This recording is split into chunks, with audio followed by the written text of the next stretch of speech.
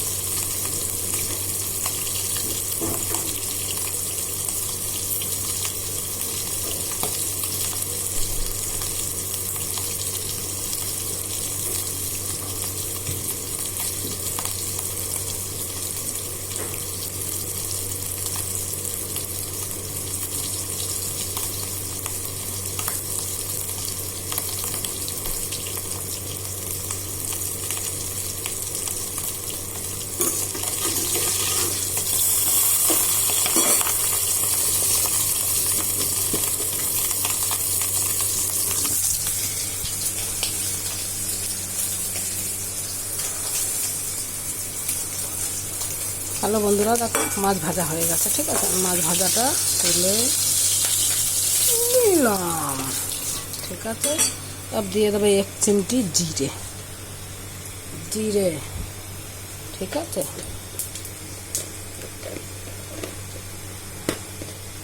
জিরেটা দিলে একটু মুখে খুশবুটা আলাদা আসে না। এবার দেবো আমি পেঁয়াজ।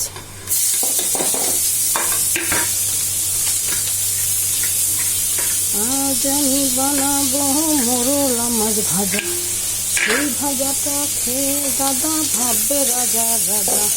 রাজ সিংহাসনে বসে দাদা করবে সবার বিচার, সেই বিচারে রাই হবে কে যে পাবে সাজা। বন্ধু বলো তো তোমরা, কে পাবে সাজা?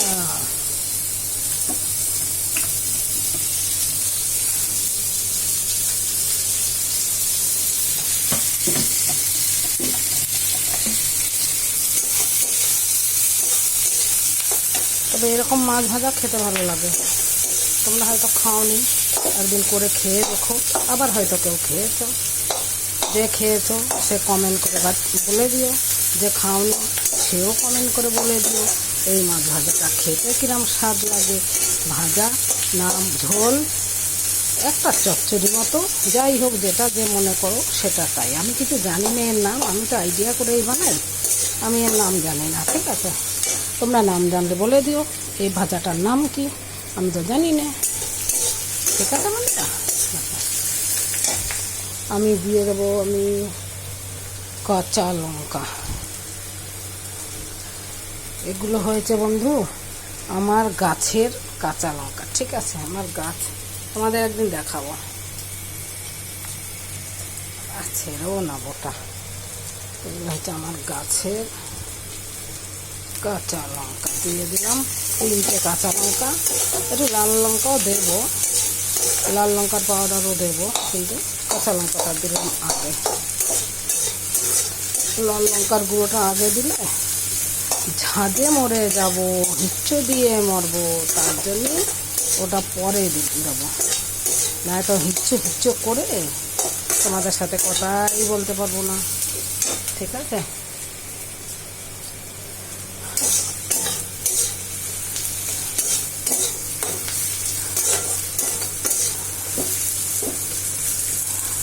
পেঁয়াজটা হালকা ভাজা ভাজা হয়ে গেছে, এবার আমি দেবো রসুনটা। আদা রসুন ঘিসাটা দিয়ে দিলাম, ঠিক আছে? এবার একটু ভেজে নিই, একসাথে ভাজা হয়ে যাবে পেঁয়াজের সঙ্গে। একটু লবণ দিয়ে দিই বন্ধুরা, তাহলে পেঁয়াজটা নরম হয়ে যাবে। দিলাম লবণ, যত লাগবে ততটাই দিয়ে দিলাম লবণ, কোনো ব্যাপার না।